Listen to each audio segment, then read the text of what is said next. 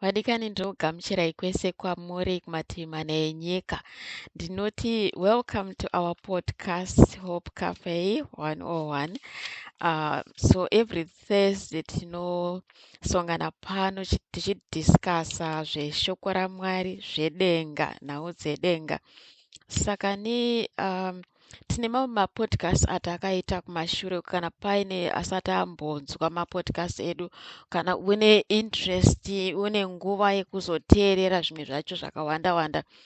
Usually tinoisa matopics atinonyora so that you can choose kuti uda kunzwa nezvetopic yakaita sei. Saka nhasi ndadzoka ndiri paJohn 15 pavhesi ya4 ndoyandakatarisana nayo, but ndichanamata zvishoma. Baba, mazvita henyu nezuva ranhasi ramakasoona kare kare, makatoona even vanhu vamakananga kuti azonzwa shoko iri Jesu.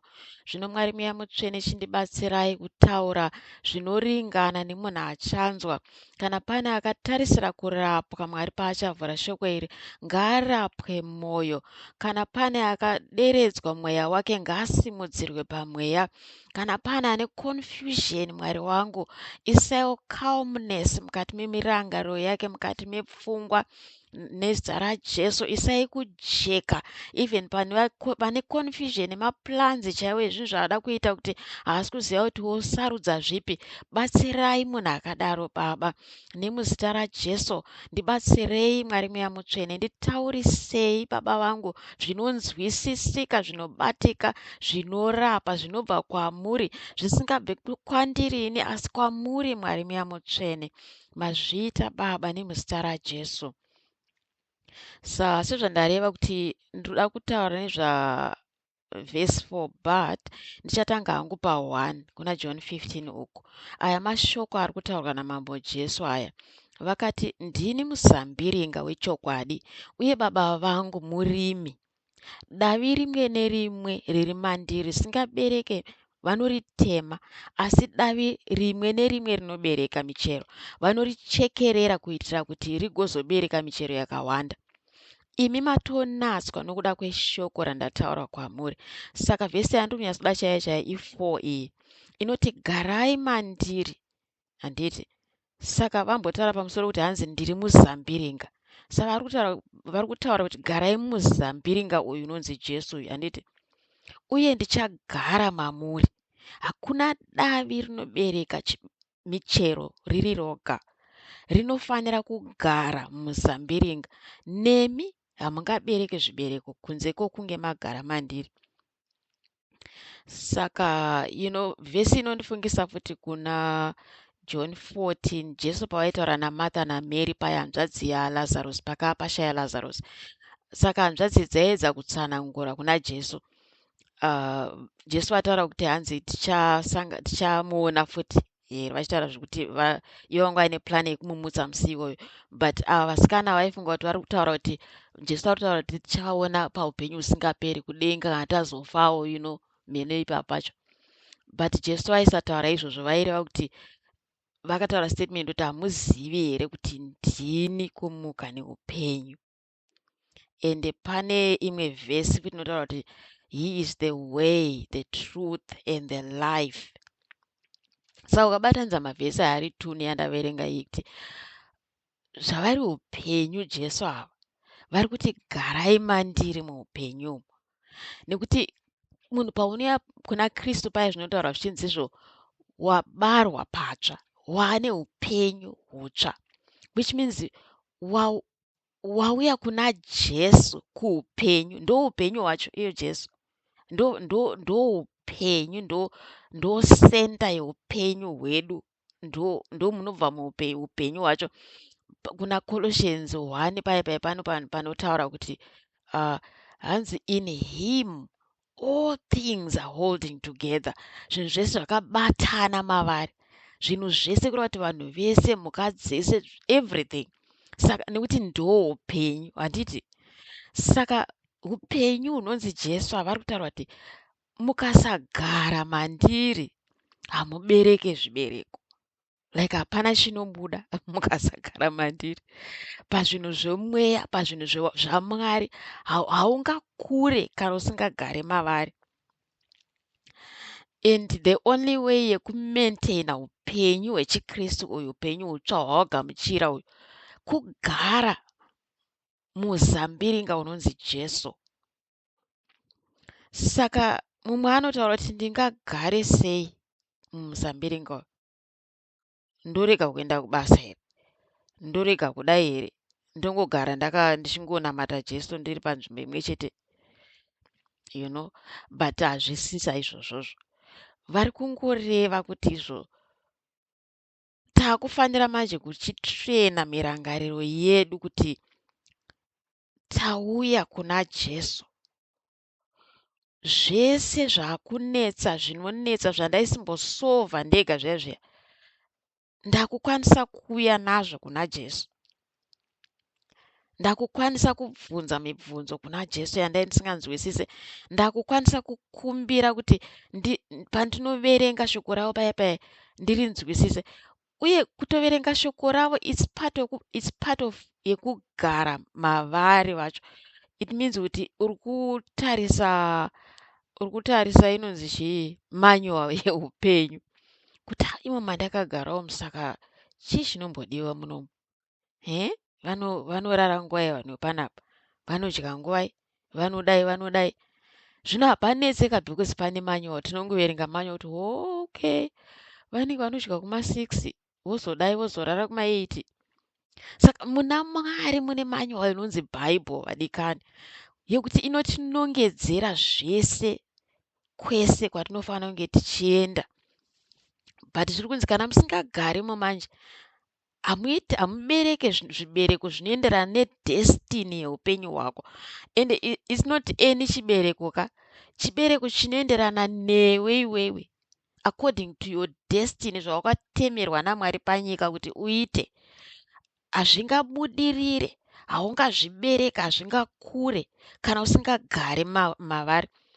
Makamboona chibage chaicho ukatemha muguru wechibage usati wasvika, zuva rinozosara rodoka twatosvava tuchibage tuya, hapasisina tariro yechibage chacho, chatongosara chotozongodyiwa kana kupiwa mwana mudiki, kana iye mukuru anozongong'en'enawo hapana chiripo because hachina kumbosvika.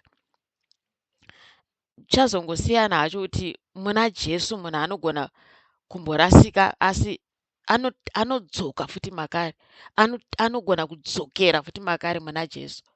Saka muchiona chibage chaya chinonzi madede chaya, kana chisina kukura, kana chisati chakura chikatongobviswa pagunde racho paya zvatopera. Saka muna Jesu ukapota uchigara uri kure negunde rinonzi Jesu tsanga dzechibage dzinobuda pauri dzine dzakangoondoroka, hadzidyike, hapana anodya kwadziri akaguta, you know, because munoziva kuti Mwari vakatisetera each and everyone destiny yake yaanofanira kufamba, kuti zvibereko zvaanobereka zvidyiwewo nevamwe. But kana usingagari mavari, it's either unobereka zvibereko zvinovava, kana kuti hazvidyike, kana kuti hasati zvasvika, hazvina testi, hazvinzwisisiki. But zviri perfect kana zvinopefectwa muna Jesu. Zvibereko zvaunobereka zvinopefectwa nekugara mavari. Ende futi munoziva kuti izvoni yakanga iri plani yaMwari kuti izvoni munhu naMwari zvidyidzane. Ndosaka vanhu vachitaura vachiti kana vauya kuna Jesu zvinonzi akagamuchira upenyu hutsva. Ende pane imwe vhesi inoti hanzi izvo, we are accepted in the beloved, which means muna Mwari it's a family of God. Yengirozi dzake, the hosts of heaven, nevamwe vakatoenda kudhara, like vatendi variko ikokoko, zvese zvedenga taakutoverengwa nyange tiri pasi panapa handiti. Ende pane panotaura kuti hanzi izvo kana wagamuchira Jesu takagadzikwa pamwe chete naye kudenga kwari, like which means mweya yedu iri muna Jesu kunyange tiri pano panyika. It's like tiri kugara double upenyu. Mweya wangu uri muna Jesu but nyama yangu futi iri kuno panyika, you know. Saka ini ndikasagara muna Jesu zvinonetsa kubereka zvibereko zvacho, kuti ndofanira kuti mwiri wangu handiti uri pano pasi ndofanira kuti ubhalansane nemweya wangu uri muna Jesu.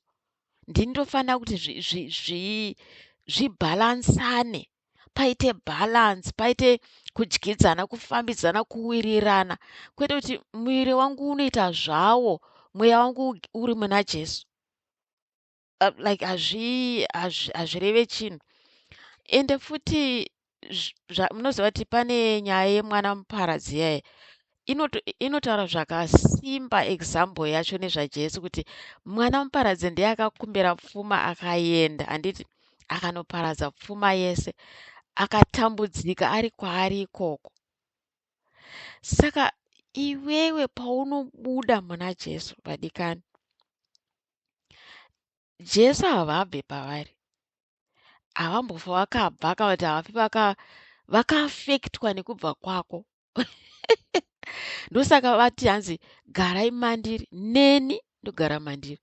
Endi munoona kuti mwana uyo paakadzoka kuna baba vake hapana kwavakaenda, vakaramba vari pamba pavo nezvinhu zvavo.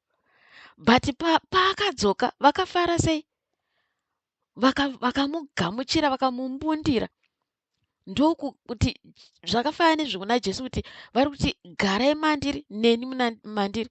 Mwana muparadzi auya, handiti baba vari kuti wauya, neniwo ndokugamuchira. Wauya kwadzoka kwandiri, neni ndiri kugamuchira mwanangu. Saka panofanira kuita bhalansi yeupenyu hwedu kuti hugare muna Jesu. And tinogona chete kugara nekuverenga shoko ravo. Hatingazive zvoumwari pasina shoko raMwari vadikani. It's so impossible.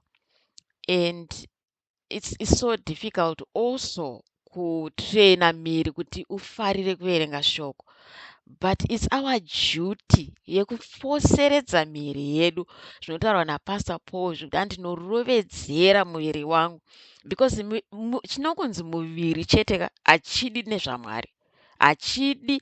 And you find kusel group chaiko chaiko munhu anotambura kutofunga ka100 kuti nhasi even sometimes kuchechi kana especially maservice emanhero munhu anotofunga katatu kuti ndiri kuona mini series yangu I'll miss out da kuzoona kuti vanhu vaivapapi, kuti anotosarudza zvemini series. Haasiri ari kusarudza ka muviri wake, which means iwo ndo unotopa freedom kumuviri kuti utokutonga iwewe. Saka kurovedzera kuti zvemini series kuita sei, kubva nhasi hatichaona futi mini series. Hakusisina zvemini series, takutobeta series yekuverenga Bible.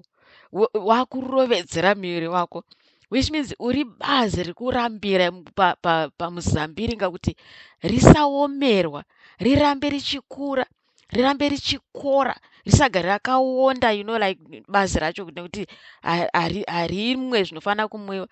Munoziva kuti munhu anogona kutoonda chikafu, firiji yakazara nechikafu, but iye akasadya chikafu chacho hapana, hazvibatsire muviri wako.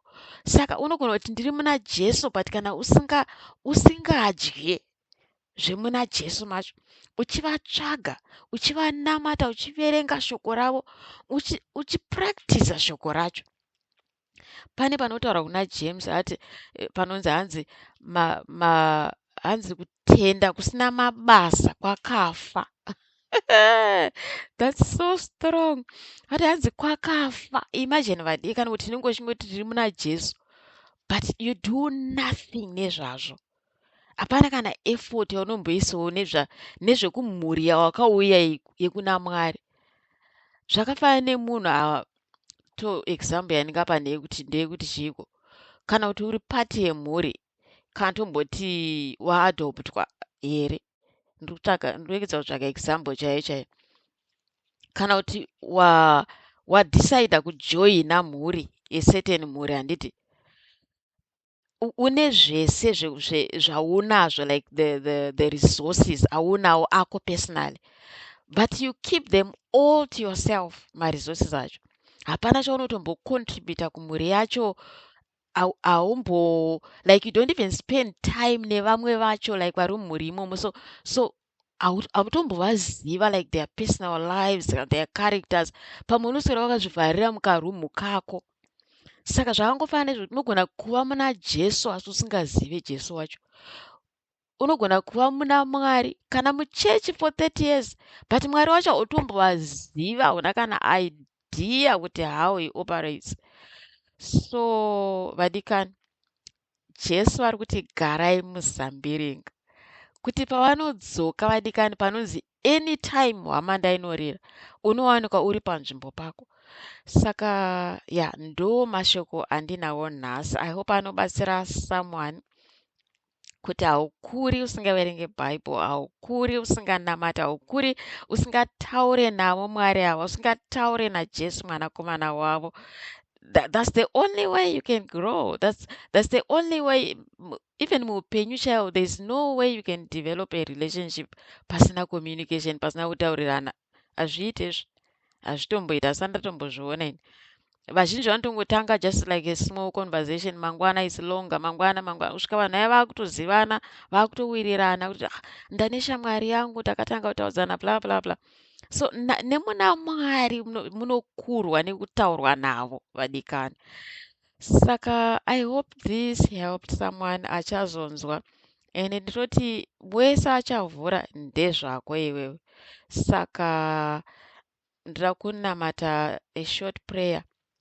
So Father, I just want to pray kuti munhu wese achanzwa shoko iri aitirwe zvakanaka. Ndaunyengetera kunyange neasati agamuchira Jesu kuti mukana wakazaruka zvakanyanya. Jesu, makazarura maoko enyu kune wese ari kukutsvagai. Ndinonyengetera Mwari kuti rambai muchimuzarurira chiedza chenyu kuti aende to the right direction. Father, ndonyengetera vese vanorwadziwa nemiviri nezita raJesu, ndotaura kuporeswa nezita raJesu. Gamuchira kupora nezita raJesu. Nemavanga aJesu wakaporeswa. Hanzi vakatakura marwadzo edu Jesu. Poreswa iwe unorwadziwa. Kana pane anyone ari confused, I just pray for clarity in the name of Jesus. Kana pane ane depression or anxiety, I pray for clarity in the name of Jesus. Nemuzita raJesu ndanamata. Amen. Bye bye.